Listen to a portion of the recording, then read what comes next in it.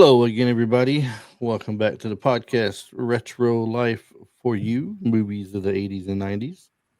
I am Chris Adams, host of the show, and with us this week is Marty. Let's do this, he says. Let's do Mhm. this. That's right. Let's do this. Let's do this.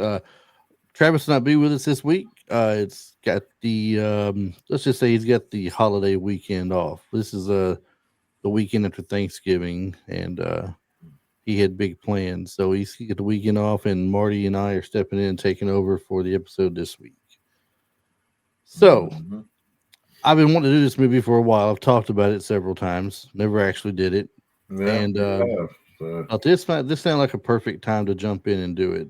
We're doing Space Camp from 1986. This is an adventure sci-fi film directed by Harry Weiner about a group of teens attending NASA's real life space camp program in Huntsville, Alabama. When a training exercise accidentally leads to the shuttle Atlantis launching into space with kids still on board, they must work together, improvise solutions, and keep calm under the extreme pressure to bring themselves safely home. It's a fun and heartfelt mix of 80s teen ensemble storytelling, NASA tech fantasy, high stakes survival, and pure Spielberg era optimism. Though it hit theaters at the worst possible moment in history, which we'll talk more about later on that. Um, mhm. Marty, do you? I know you said you'd seen it before, but it's been a long time since you've seen it. Yeah. Did you actually watch it in theater, or is this like a rental for you? This was a rental. I never did. This one never did grab my attention, especially after everything that happened that whole year with Hmm. the space shuttle Challenger. Exploding. It just. I think. I think it was just. It just didn't feel like the right time to watch it, and I think it was like later on uh, was when I actually watched it, and it might have even been in '87 when I watched it, but it was definitely on VHS. So, Well, this was neither a rental nor a theater watch for me. This was a I just watched it earlier this year movie. I had never oh, seen it. really? I'd never watched it. This is one of those movies. Travis could never believe when we did this that I had never seen Willow before. Just before we did Willow, and I had never seen um what's the one with Tom Cruise? Um it's a adventure kind of film like Willow. Oh, Legend. Legend. That movie is great. I'd never seen that either. So also I'd never seen The Princess Bride at the time. I Oh, The saw that. I Princess saw that a Bride is couple. great. I had seen all these just a couple of years ago. It took me a lot of years to finally get those watched, but they were very good movies. And this is no different. This is equally to me as good as some of the others I just mentioned there. So it's got a great cast. It's fun to watch. The idea behind it is really kind of I don't I hate to say it's kind of cool. I mean it's very interesting though. The idea behind where this shuttle could accidentally take off while they're in there. They were just sitting in it to feel what it feels like with the how the when the shuttle launches. Well, they were. I think the whole scene plays out as they were doing a pre-launch. Right, So yeah, they were testing the engines, right, and you can and feel it rumbling under you and everything, like you're about to take off and see the rush and the feel of what it's like. And next thing you know, the little robot Jinx wants to help Max get into space, and yeah, he has the computers kind of mess things up a little bit, we'll say, and they do take off. They have no choice but to let the thing launch, or it's going to blow up right there on the stand.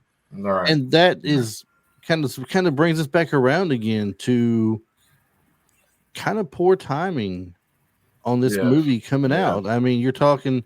We just had now. I can't remember, and I just seen this earlier. I just looked it up yesterday, and it was January 28th of 1986 when the Space Shuttle Challenger exploded. So it was earlier in the year because this was June when this was released. Yeah, So earlier in the year, you had had the Space Shuttle Challenger blow up. Everybody probably remembers where they were at the time. It's one of those things. I was in school. We were watching it on TV. Mm. Classroom. They had let us have TVs in the classroom to watch this thing launch because I think there was a teacher on board, if I'm not mistaken, wasn't there? It's one of the people that went up. Or am I thinking something different? No, I mean that was like in every school. I mean, every launch, they would actually bring a little TV into the classroom, and Right, but I mean, in this one, wasn't there a teacher on board?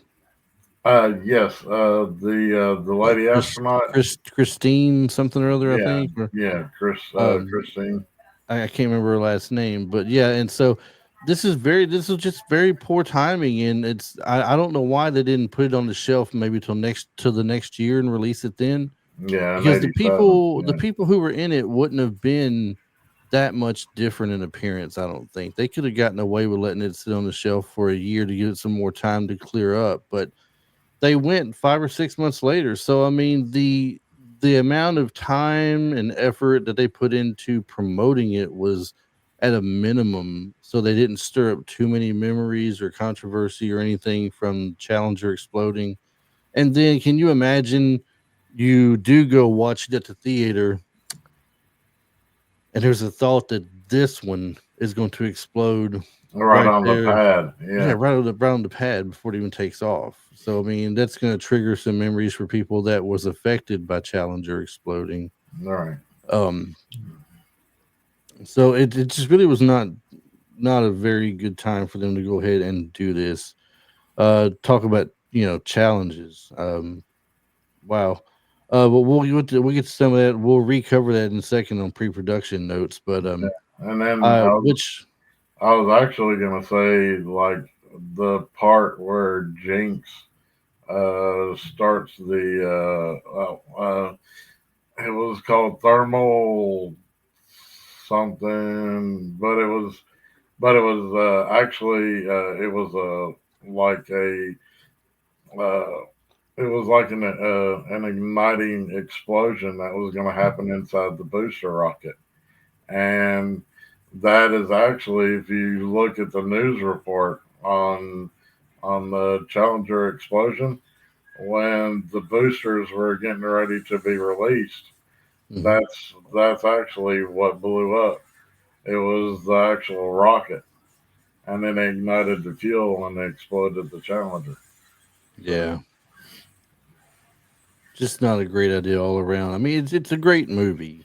yeah, It really is a great movie, and it didn't take on a really big life to it till later on when people were starting to rent it on VHS and stuff. If anything, for the nostalgia, I guess, and for the whole NASA feel and approach and such. So mm. um, it have it took on have a you different ever life then. have you ever been to Huntsville, the space? Yes, yeah. Uh, Practically everywhere where we grew up at in Middle Tennessee, that was the 7th or 8th grade field trip, mm-hmm, was going to the Space and Rocket Center in Huntsville, Alabama. I remember going there. I remember specifically sitting in this theater that's kind of like a IMAX type screen theater. The seats kind of leaned back, and you really felt like you were taking off and going and propelling in towards space. They give you that first person kind of feel. There's wind blowing at your face as you're like when the stuff looks like the screen's moving forward at you, yeah, wind's blowing at your face and everything. You can feel it's a mm-hmm, really cool experience and all. yeah. I didn't go when like during like the school like in middle school or high school, but it was later on. It was after. So, but yeah, like the experience was really really cool. So, and like you Yeah. said, like I remember we went into like this. It wasn't the whole like the whole shuttle taking off experience, but they had a like a dome that was literally like where you could like sit down and then look at like the starscape and Hmm. everything, and like the solar systems, and then then it would move Jupiter, like in like up there in the big dome, and then you could see all the moons and everything. It was really really cool. Yeah, it So, was very cool. hmm I mean, especially at a younger age, it's very cool to see. I think even some adults would probably find it very cool. yeah, Jumping to the pre-production notes real quick. Basically the film was conceived after the real space camp opened in 1982. It quickly became a national fascination with family and with kids and everything about having that NASA experience. A producer saw an opportunity to make a youth targeted adventure movie that merged teen camaraderie with NASA's rising popularity in the mid 80s. Um, Initially, it was envisioned as more of a comedy drama with whimsical NASA wish fulfillment. Like, you're getting a chance to see what it's like. You're getting a dream fulfilled of what it's like to be in a shuttle and be an astronaut, and like you could walk in an area where you're weightless. You could hmm feel like you're taking off in the shuttle, like you're flying a shuttle. You can see space, like you're mentioning in that dome thing with the galaxies and the Milky Way and the planets and the stars and all this good stuff. yeah, Um, During the rewrites, the story shifted to emphasize, I should say, adventure and tension once the kids accidentally launch into orbit, which kind of makes sense because if you're a young teenager, um, older kid and young teenager, I believe there's going to be quite a bit of tension in that group. They have just taken off into space on a shuttle. They have no real idea what they're doing. yeah.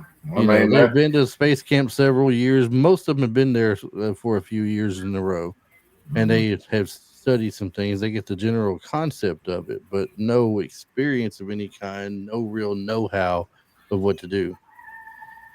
And then basically Kevin's character, he what did he say? He got talked into coming to space camp by his His parents. his father Oh, wanted him to come there. his father bought him a Jeep to get him to go to space camp. He said, "I just wanted my head checked, but I mean, I didn't get that." And then I believe the rest of them had come in, a couple years prior and been there every Mm, year. I know Max for sure had. yeah, yeah. Um, there were some production challenges here that it talks about. It says access to NASA equipment was incredibly limited. Much of the shuttle interior was reconstructed on sound stages with technical input from NASA advisors. The film's release faced enormous issues, as we mentioned, due to the Challenger disaster in January of '86. And although the movie was completed before the disaster, its theme of an unexpected shuttle launch made marketing nearly impossible. So they Mm. had all this done before the explosion of Challenger happened, Yeah, I was but gonna say what I saw something to do with there was like some kind of thing on IMDb that actually said that Space Camp was actually supposed to have a February or March release. and they moved it back a They few moved it, months. yeah, and they moved it back. So, Right, and it still it didn't make much of a difference. If they were going to move it back, why not move it back at least a year later? yeah, Just put it on the shelf for a little bit. It wouldn't be the first movie that got put on the shelf after being filmed for exactly. for a later release. And that might have been the better idea. So, Mhm. speaking of the group that went up, we got a great cast I mentioned earlier. I thought they were a fun cast in there. Yeah. Very well put together. And I'll throw some names out at you here soon about some people that almost made the cut instead of the ones who were brought in. But Kate Capshaw plays the role of Andy Bergstrom. As a young girl, she always wanted to go up into space and be Mm. one of the people flying the shuttle. I believe this I movie thought, starts out, it was her as a little girl yeah, looking up in. I thought that was pretty cool. She's looking up at the, she's looking up at the stars in the hayfield, and she's all like, Scott Glenn just winked at me. I'm gonna go. I'm gonna go. She got some great eyesight. I mean, to see all the way up there and see him wink at her like that. I mean, man, I can't even read this screen in front of me here, and she could see all the way up into space. Exactly, exactly.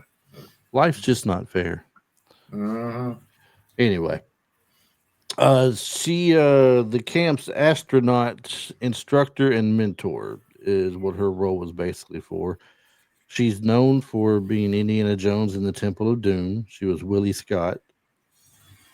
Um, I believe Willie Scott. Now that was the in Temple of Doom. That was the dancer The and singer, the lounge Yeah, singer. Lion Singer. Yeah, Yeah, yeah, she was also in Dreamscape. which is one of And my favorite movies. yeah, I don't. It seems like I've seen that, but I can't really remember it. Yeah, It's a it's Wes Craven film, right?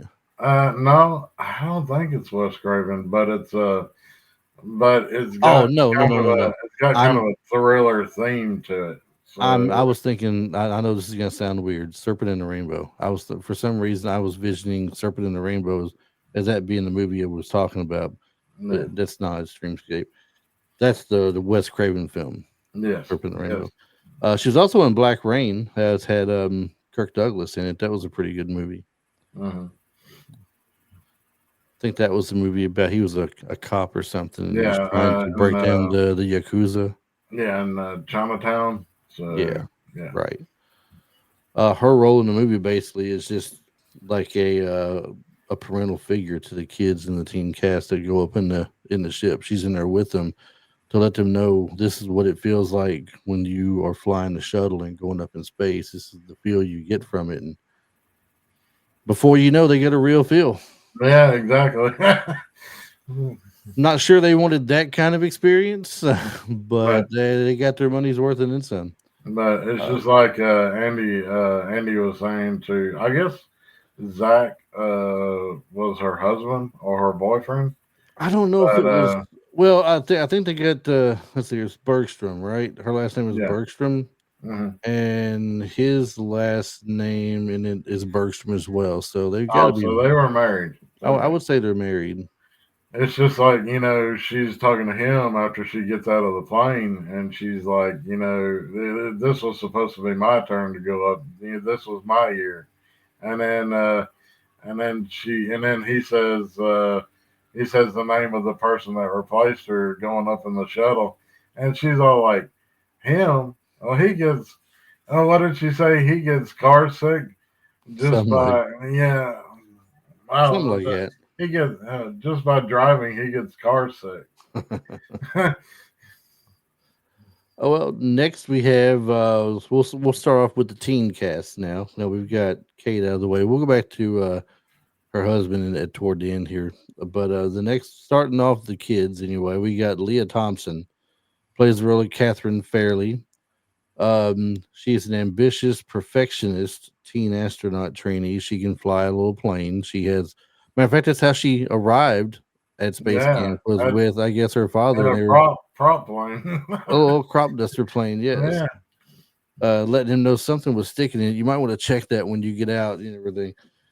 She's one of the era's most iconic actresses, during the 80s there. When you think of 80s actresses in films, I mean, Leah Thompson's name is always up there at the top of the list, or yeah, near the top at least.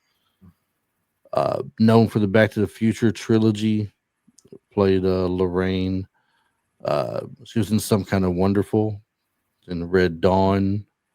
Um, yeah. I can't remember. Casual sex, was that she in was in that. '80s? Was It was that '80s or that was '90s? 80s. No, that was Okay. 80s. Yeah. And she was in the first ever Marvel movie as well. Although it's not really recognized, I don't guess, as the first ever Marvel movie. We're talking Mm. Howard the Duck. Oh, that's true. Yeah, Right. She was one of yeah. I the forgot. girls from the little rock band there. Yeah, she was the lead singer. Right. So she can always lay claim to that no matter if it's Mm, true or not. She can always say, well, yeah, is Howard the Duck a Marvel character? And we're gonna have to say yes. And she's gonna say, well, I was I in the was first in. Marvel film. Yeah, exactly. Um, Kelly Preston played the role of Tish Ambrose. A very fashionable communications pro with a surprisingly incredible memory. She has a knack for whatever she reads. It just tends to stick with her like a photographic memory. Yeah, that's what I was about to say. A photographic memory. That's what I Remember? was thinking that she had. So Yeah. Now, claim to fame for Kelly Preston. I believe she was married to, John Travolta, I was going to say Danny Zuko, but yeah, Danny Zuko. Danny Zuko. Yeah. Sounds like a T-Bird. They got some summer loving going on. Uh, Grease lightning. Yeah, green Yeah, flag. Kelly Preston married the John Travolta. They were married together for quite a while, and she really passed at an early age, didn't she? I mean, she Yeah, she wasn't that did. old. I think she was in her mid to late 40s Yeah, when something she along those lines. And I don't even remember what it was passed. that she passed away from. I mean, it wasn't like it was an accident or anything. No, it was. Uh, if I remember right, it was some kind of like how some kind of like flu symptoms or something, and it turned into something deadly, and it killed her. So it was almost how like the young girl from Poltergeist. You know Like, what? We're both stupid. mm, I just pulled it up real quick. Kelly yeah, Preston died from breast cancer at the age of 57 uh, yeah, on we're July we're both 12th, 2020. we're both wrong. We both made the list. That's what I said. We both You just made the list. exactly. I mean, says after a private 2-year battle with the disease, her husband John Travolta announced her death on Instagram, stating that she had been receiving treatment and fought a courageous fight. Um, man, for some reason I just didn't remember it being breast cancer, but Yeah, me neither. it's a bad thing. Um, I One of lost my my favorite one of my favorite movies that she was in was Mischief. yes with Catherine Mary Stewart. Yeah, yeah. Yeah, we one of the time we've had the first time we had her on the show, we talked about Mischief briefly. That was a very funny, kind of like a cross between. I don't know. It's like a more lighthearted version of a Porky's or American Pie or something. Exactly, Is what exactly. it is. It's not as raunchy or bad, but still the same It, kind of feel it's to got it. just a smidgen of bad. So Yeah. The funniest part in the whole movie is the kid that keeps dropping his pencil to bend over and pick it up in class. And the teacher yeah. wants him to stand up and recite something. He's like, "No, Well, I'll take the zero." you know. For those who don't understand that, go watch the movie. But if you know, you know. yeah. Um, she's also known for being in Twins. Jerry, I don't know if I don't remember if I said this earlier or not. Known for Twins, Jerry Maguire and Christine. Um, man, that's a movie I haven't seen in a long time. Christine. Christine. Yeah. Yeah. Um, completely forgot about that one. Larry B. Scott plays Rudy Tyler. Now, every time I've seen this guy in something, I could never tell you his name. Okay, I would always go, "It's Lamar." Yeah, it's Lamar from Revenge of the Nerds. Lamar Latrell, and he had a bit piece in Karate Kid as one of the Cobra Kai guys Yeah. in the tournament. Yeah, like super brief. 2 seconds. Right, it's not, and it's you barely know he's in there. It's like just he's got a slight appearance, and then basically, I mean, oh, well, you know what my favorite movie he was in, though? I mean, of Iron course, Eagle. yes, Iron Eagle. exactly. I was gonna say Space Camp was good, but Iron Eagle is better. Iron Eagle was a lot better, I'm afraid. For me, it was anyway. I mean, Hmm. a lot of people always ask me, "What Iron Eagle or Top Gun?" And I'll be Iron just Eagle. right back just as 100%. quick at them. Iron Eagle, no Yeah. question. Don't No even question. ask me. Come at me. I don't care. Iron Eagle. Yeah. I like Top Gun. Don't get me wrong, but Iron Eagle has that real Action. fun It's got the action feel. action. I mean, Yes, and it's one of those movies where you got like the kid that goes to rescue the parent or something. Like they had several of these movies back in the day. You had that. You had The What's it called? rescue, The Rescuers? the rescue. Oh, It the was Rescue. like a Disney made movie. Mark Price was in it, and a few other people that were not really well known people at the time. Yeah, They're Matt Dillon. Yeah, rescuing their Navy SEAL fathers that were captured by North Korea. yeah, Then you had, of course, Toy Soldiers, which you and I did recently with Keith mm, Coogan. yeah, How exactly. the kids rescue or help take back over the school from the School. terrorists that Yeah. are there. Larry B. Scott also does a lot of voiceover work. He hits a lot of comic cons these days, and he's there when he's more well known to comic cons these days for his voiceover work than he is any of his movies that he's done. Unless you're someone like us who's into this whole retro deal with movies and all. But That's right. That's right.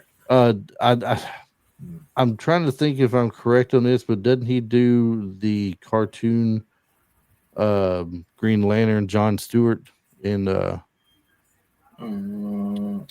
think that might be him. In the Justice League, yeah, right? in the Justice League? Yeah, the Justice League cartoon. I think that is him. I'm thinking I'm pulling him up right now so I can see in his credits if that's what it's got him at, but I'm pretty sure that that's what he had done too. Let's see here.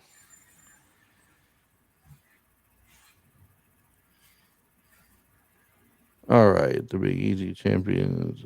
What a cartoon. Revenge of the Nerds 4, Nerds in Love. He loved those Nerds movies. Revenge of the Yeah, Nerds 3, Snake Eater 2. I didn't know he's that. I remember the Snake Eater movies as Lorenzo Lamas. Those were kind of cool. There was a B movie straight to video. yeah. Well, for whatever reason, it's I know I'm looking at his credits. And I don't I guess show it. it doesn't list voice, it must not list voiceover work or whatever in credits. Got the actor, director, producer, soundtrack writer. So I know for a fact he does them though. Matter of fact, I tell you what I would do. Because I want to know now, and I'm going to find out. Larry B. Scott voiceovers, and known for his acting roles in movies. Blah blah blah. Provides the voice for the Paladin in the video game Diablo 2: Lord of Destruction. It's one of his voiceovers that he's done.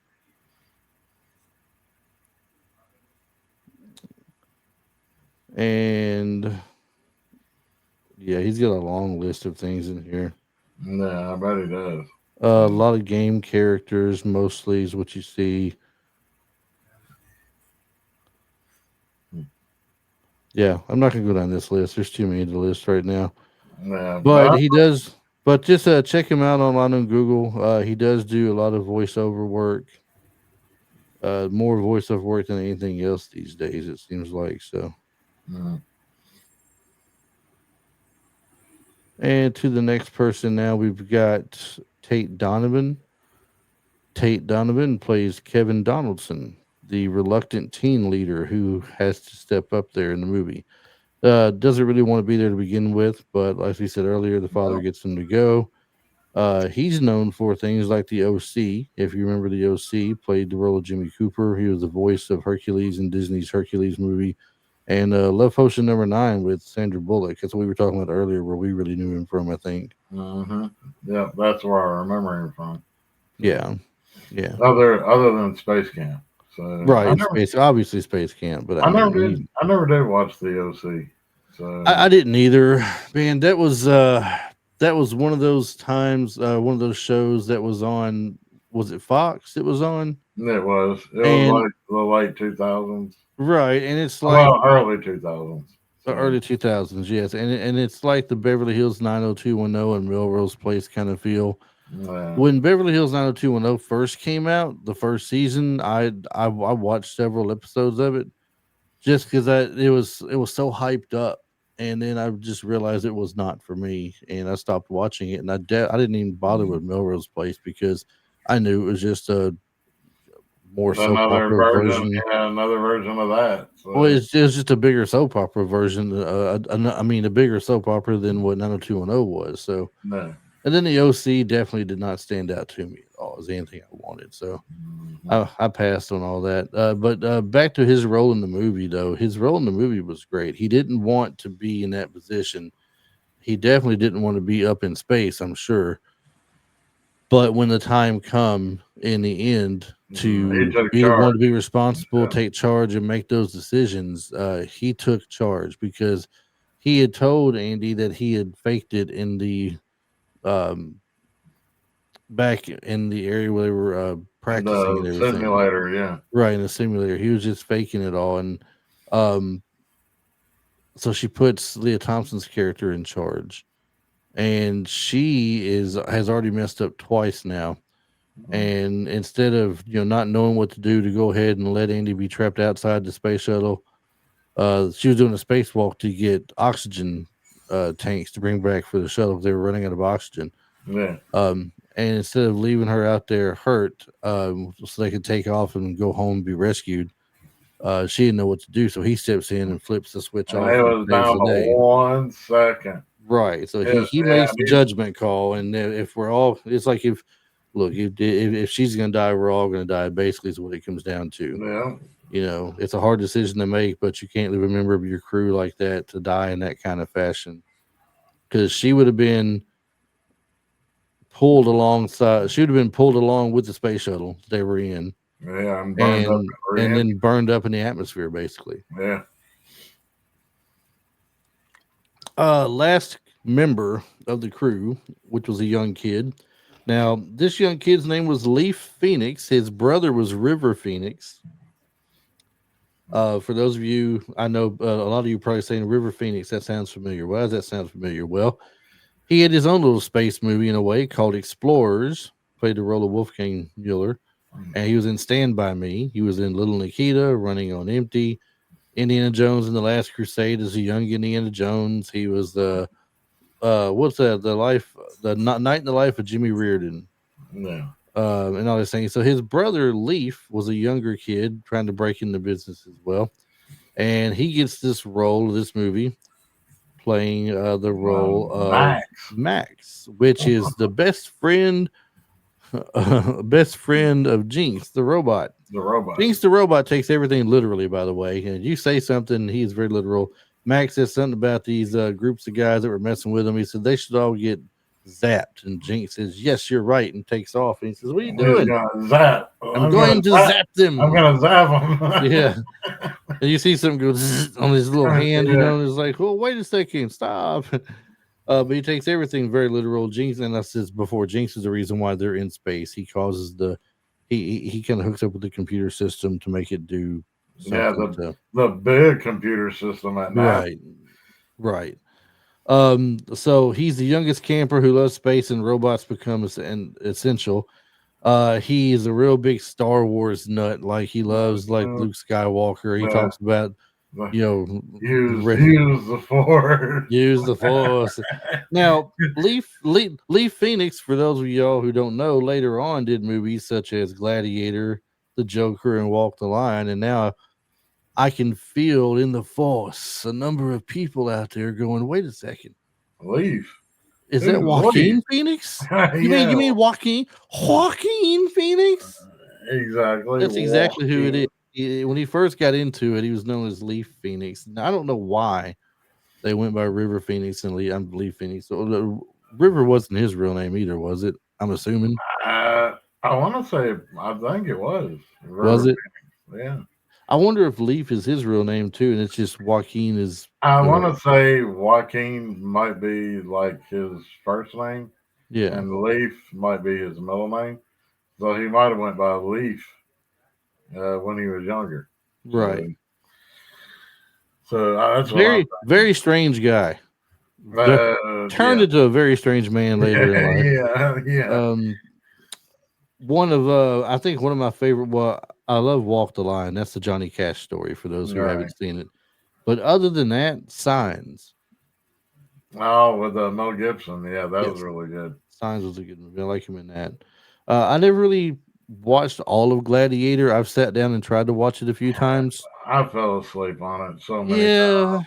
I mean, I could sit down and watch it if I had to, if we were covering it. but I couldn't. I couldn't.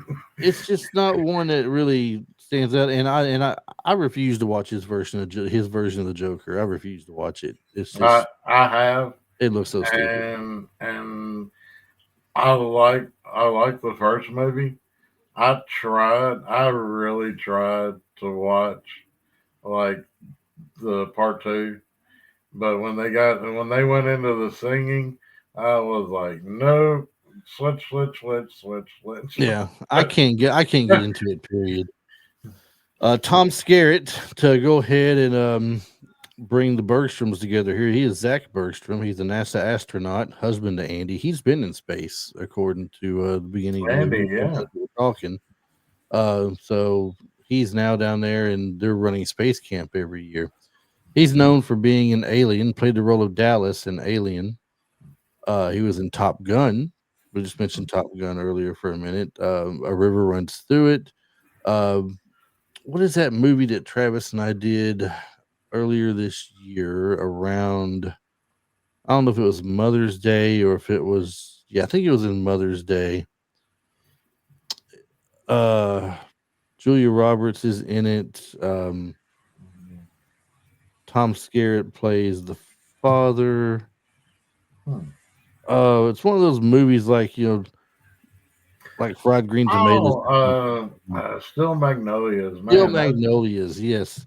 Still Magnolias is I I hate to admit it, but it's actually one of those chick flicks that I could actually sit through and actually enjoy. well, it was a good movie though. It was. It was a good movie, yeah. Yeah, and I really like his character in it. His character is something else. It's really funny. Some of the actors considered for the roles in the movie, like the casting what ifs, while the full lists aren't officially documented, industry sources and interviews have suggested several names that were floated or auditioned. So, for the role of Catherine, played by Leah Thompson, names like Ali Sheedy and Jennifer Grey and Helen Slater were tossed out there. People that were either wanted or maybe auditioned and didn't get it. Um, You know who I could have also saw doing the role. was that? Uh, your girl that you interviewed like a year ago, from Better Off Dead, Oh, yeah, Diane Franklin. Diane Franklin. I could actually see her doing that Catherine role. Yeah, So, yeah. I could see her pulling that off. I could see Catherine Mary Stewart pulling off the role of Tish hmm. as well. I mean, but of the three I mentioned here, though, Ali Sheedy, Jennifer Grey, Helen Slater, I think Ali Sheedy might Yeah, have pulled it that's off what I pretty was gonna well. say. Ali Sheedy. Because I'm picturing Ali Sheedy from Short Circuit Yeah, and yeah. putting her in that role. It's around the same time too, I believe, 86. 86. Yeah, So I'm picturing that version of Ali Sheedy, not the Breakfast Club. And I think she could pull it off. Jennifer Grey, all when I hear Jennifer Grey, all I ever think of is Dirty Dancing. yeah. Well, I'm more Red Dawn before Dirty Dancing.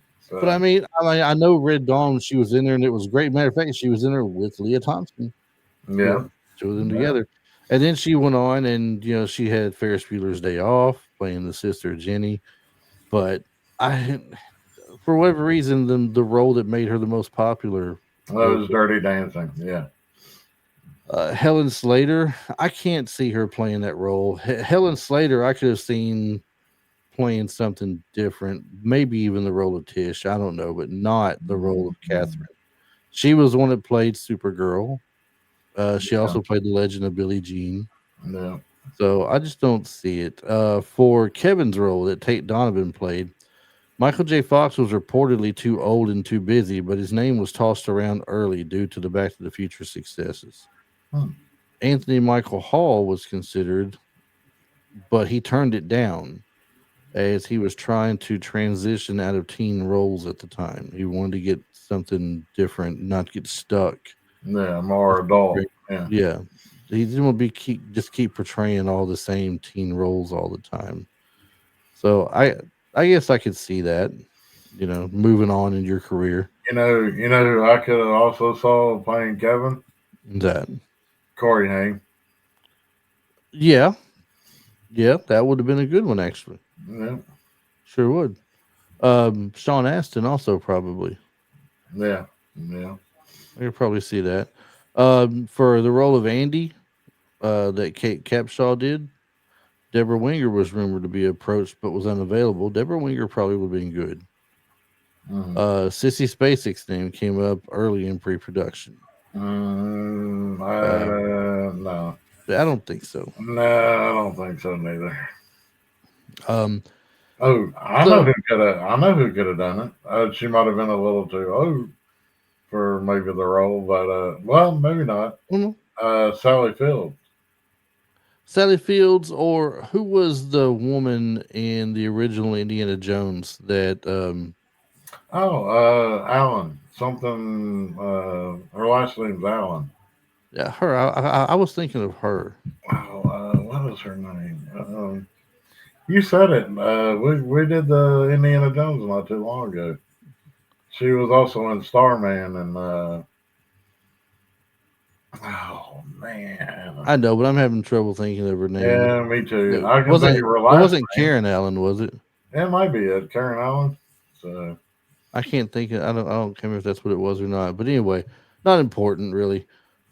Just she's one I can definitely see playing it. Box office performance. The budget was approximately $18 million. However, due to its poor promotion and timing and everything, it only grossed $9.7 million domestically. It was a commercial failure, box office. So, and once again, to follow up why a failure, the film premiered 5 months after the Challenger explosion when public emotion about shuttle accidents was very raw.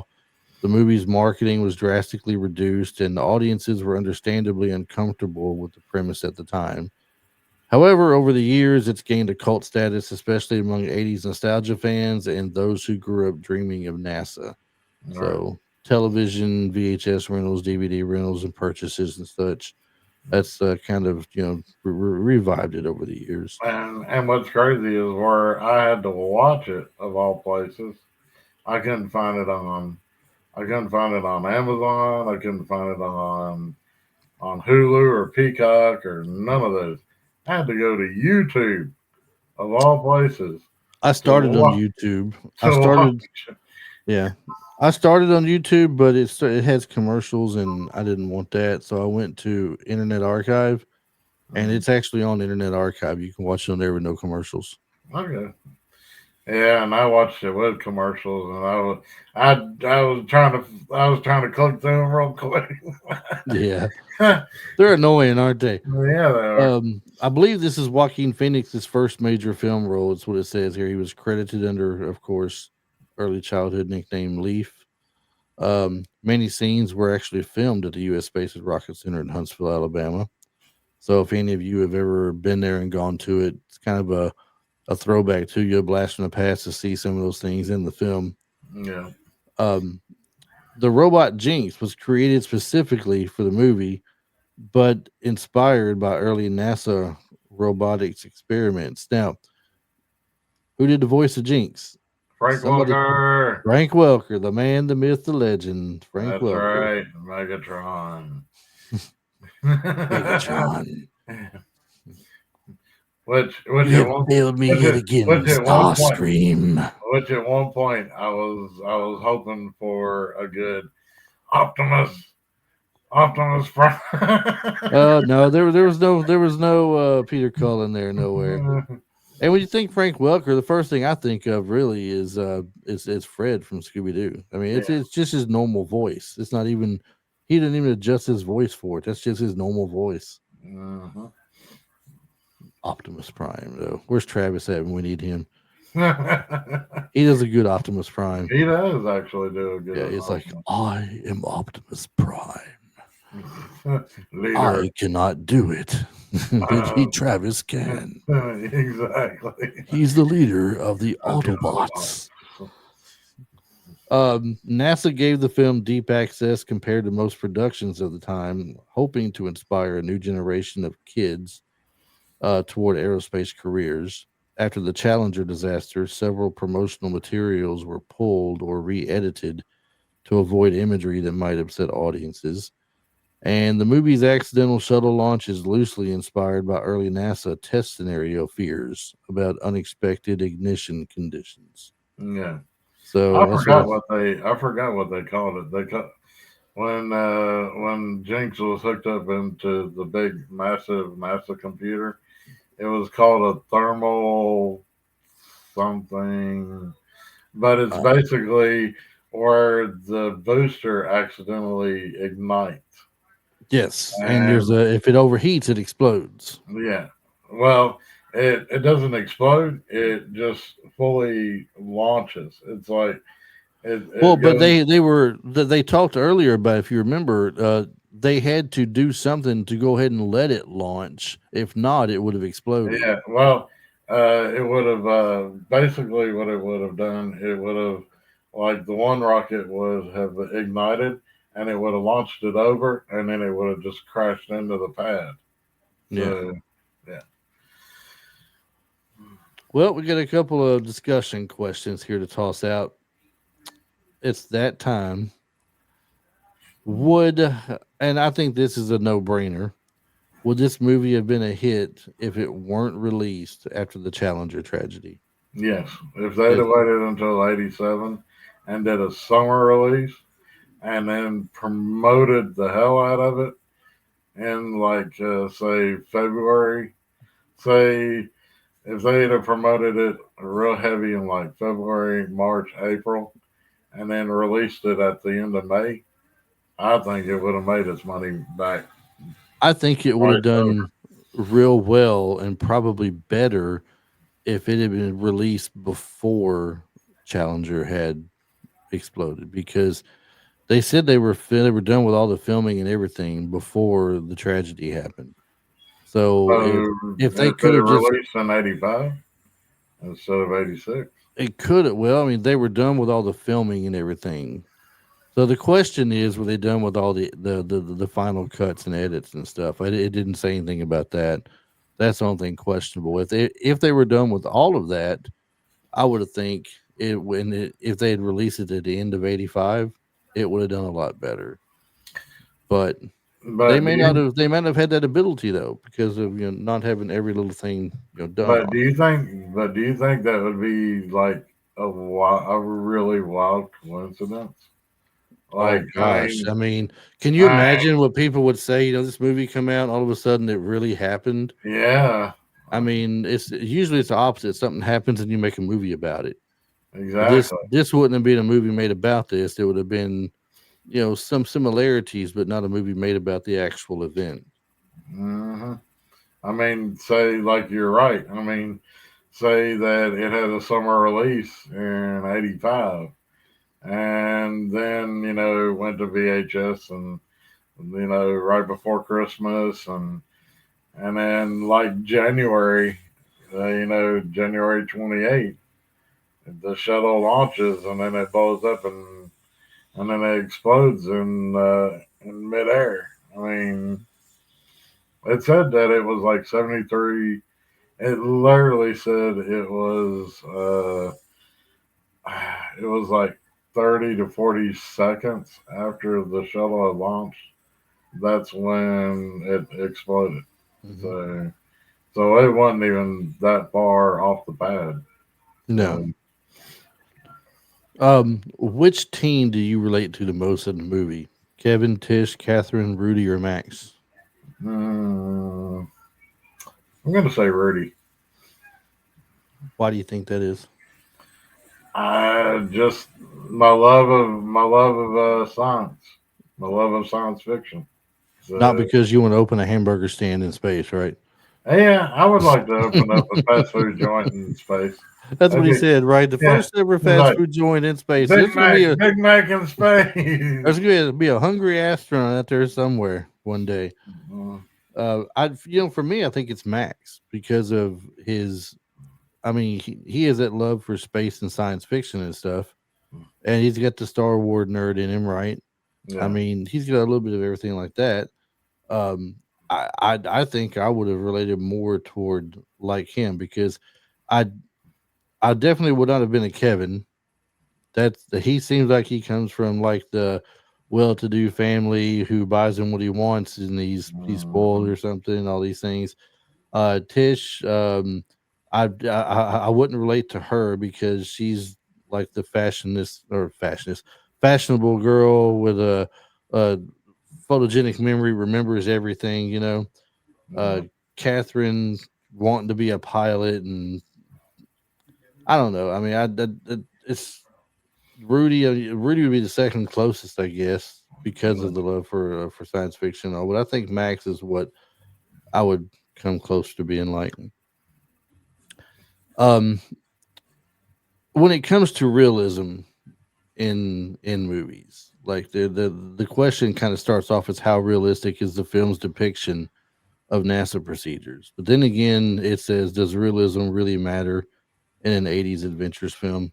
And I don't think it does. Mhm. I Well, don't think realism. you would want a little bit of realism. A little bit, but you don't. We don't know what the realism is of a space shuttle and what buttons are pushed and all these other things like that. So I mean, if they make a good showing of something and it's not 100%, realistic to an actual shuttle taking off, Mhm. I mean, as long as it's got a, a good story and it's adventurous and well done, I don't think we care at that point. Yeah. Or even like when they put the shuttle on autopilot and everything. I mean, you don't really ever see like in the NASA like where the people are sitting. You never really see some little spot over in a corner where you see somebody with like something that can control almost like a drone plane or something. You know, you don't see like the controls or anything. I it's like when they say that they're going to bring you back down on autopilot. I was kind of thinking to myself when I'm looking at everybody that's sitting there in the the headquarters of NASA. It's like okay, where is this person at that's going to bring the shuttle back down on autopilot? Where's he sitting at? That's who I Right. want to see. So Let's see. We got here. Is Space Camp more of a forgotten gem or a film that deserved to just fade away? Really, I think it's a forgotten gem because I really like the movie. I I mean, do too. even though I haven't seen it in like forever, since like I think the last time that I literally watched it was probably like 25 years at least until like yesterday when I actually watched it Hmm. and just watching it again yesterday I was thinking to myself, man, this is a really good movie. I mean, yeah, this should be in my collection of movies. Right. So It is. It's just a fun movie. Uh, can you, off the top of your head, or do you know other '80s movies that capture that kid fantasy adventure with real world tech vibe that you can think of? Because I can think of about two or three off the top of my head right now. real world tech vibe. Like, so, for example, the Explorers, Yeah, uh, Explorer. Flight of the Navigator, Yeah, yeah. and a movie that we did not too long ago, a few months back, called Daryl. Oh yeah, Daryl. Yeah, yeah. And those are all 80s sci-fi. Yeah, mid '80s, basically, around within a 2 year window of each other, I believe. Mhm. Flight of the Navigator was pretty fun, Yeah, actually. yeah. Disney. Now That's actually when Explorers, Disney was putting good. out decent stuff, right? Yeah, The Explorers, now that was something where I can't remember. Do they actually take off with what they built? Does it yeah. actually take Well, off and go, or but the thing is, the aliens gave them the design to build to build the software. yeah, So and then Wolfgang puts it all together and then makes it work. yeah. So yeah, I got one last question. Um, and see what your take on it is, and I'll give you mine. But would a modern remake of this movie work? And should it be serious, fun, or a mix like in the original we just watched? Uh, to tell you the truth, I don't know if they should do a remake of the movie because I really like the original more. I mean, if they were to do a remake, I think it would. I think I'd want it more campy than serious. So I I would like a reimagined version of this, not a remake. I'd like a reimagined version, which means they could do it differently. They could do a more of a it's got adventure to it, but it's more of a serious we got to get back once we're up there kind of feel, and not any kind of cheesy humor or anything like that yeah, once they're up there in space. and Now beforehand, before they take off, before that happens, if you want to toss a couple of humorous things in there like they do in a lot of these movies, that's fine. right. But I think once they're up there, I'd want something a little more serious, techy, and all the other stuff that goes on these days. It's more of we're like a real high tech generation right now. It feels like But I mean, when was the last time? I mean, it's literally been what almost 19 years since the actual shuttle has actually gone up it's into been a space. while. It's been a while. Yeah, I mean, and the thing is, it's like what whatever happened to like? I mean, is it still called Daedalus? You know, Oh, I don't know. orbiting space station. I have no idea.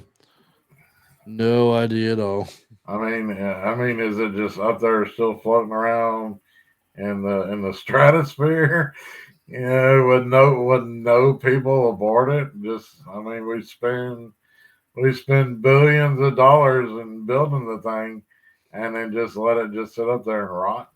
I Oh, mean, according to our great government, we can build AI machines that can do everything under the sun. We can AI robots that can get up and walk and talk and got regular movements. But we can't turn around and duplicate the same technology that carried us to the moon. A long, long, long time ago, right? I oh mean, yeah, exactly. the the kind of tech that would fit on a flash drive, you you can't redo that again and build something that would take us to the moon again. Why would we want to? We ask. Well, just to show that we can still do it, We I can guess. actually still do it. Yeah. Besides, that flag they supposedly left up there might be leaning or something. We got to straighten it back Yeah, up. that's right. Or it might have, or a space rock hit the moon and knocked it over. Right, Somebody needs to go exactly. up there. Somebody needs to check on it. Need to So, represent. That's right. What's going on, people? Come on. Well, that's about all we got for this week. As far as the movie goes, do you have any final thoughts on the movie or a favorite scene that you want to bring up with us today? I was about to see if you were going to say your favorite scene or anything. So, Well, I mean, I have forgotten that part a couple of times, and you always correct me on it and remind me. So I was like, he's not getting the satisfaction this week. mhm. I want to say one of my favorite scenes. It's one of the more humorous parts in the movie is where they're all in the they're all in the oh, they're all in the shuttle and they got Max out on the arm, and so Rudy's in there and he's controlling the arm, and then Max is out there. He's all like, oh, look at me, here I go, and he and then so so something goes wrong inside the shuttle, the like the simulation, and Rudy literally takes the panel off, tries to hotwire the arm to see if he can get it working again. And then the arm's jumping up and down, and it's got Max, and he's like, "Hey, hey!" Stop it! And I'm gonna yeah, stop throw up. it! I'm gonna throw up. And then Tish is over there. She's trying to help Rudy, and then literally Catherine gets up, and all three of them are over there on the panel. And then Kevin's all like, he's turning around, and he's like, "Well, I guess we're." Oh no! Look, everything's going, and he's like, "Ah!" And he and then he turns, and then basically before he says, "Ladies and gentlemen, we all just," and then he's like, "Ladies and gentlemen, sit, trade tables in upright positions, and here we go." Oh, everybody just died. So, Mine also includes Max in it, but it's toward the end where he's going out to help Andy get the gas tanks that she can't quite reach because she's not small enough to get to him. And mhm. he's changed his mind. He's knocked on the window, going, "Let me Oh yeah, back he's like, in! "Let Let me me back back in!" I mean, in. he's looking straight ahead, like he sees this beautiful horizon he's looking at, and it's not it's in space. It's all the same. But he looks over the edge, and all he Yeah, sees is more and then, space. well, it's not that. He looks over the edge and he sees Daedalus, and it looks like it's all like it's like this little tiny speck or something. And he's all like, "Oh no!" he's This is like, not gonna work. he's banging on the And then window. Let me in. and you got Tate Donovan gets rendered. All of a sudden, you start hearing, "Luke, Luke, use the use the Force, force. Luke. Reach out and Yeah. feel the Force, Force. Luke." And then that's when and The then they kid's all like, turn hold up. around. And The kid's like, he's like he's cruising on, yeah, man. he's like going. He's like, "Help me, Obi-Wan Kenobi. You're my only hope." We got some Star Wars representing. Yeah. All right, well, that's. I guess that's going to be it for us this week. Then, if you liked the podcast episode today, make sure that you do like and share and subscribe to us. We're located on Facebook and Instagram for our social medias, and you can catch us on YouTube. Actually, our page at YouTube, you go to www.youtube.com/ at retro life for you. It'll take you to all of our videos on our little main page here.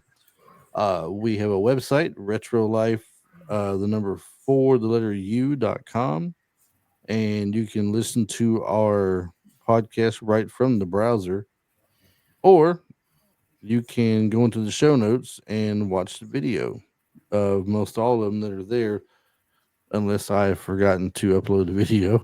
Have the video to watch within the show notes. So, uh, retro life for you at gmail.com. If you have any suggestions or questions or comments, if you do have any comments, though, I'd really appreciate it if you direct them to the YouTube page where the video's at, or to the social media where we have things come out alerting you to um, what's out there on its next and what's what we haven't done yet. So that would be great. Um, Marty X got one question for you, What's that? and because Travis is not here to ask the dumb question this week, so Rudy wanted to be the one to open up a fast food joint in space, right? Right. But if you did, how do you serve the aliens dinner How? on a flying saucer?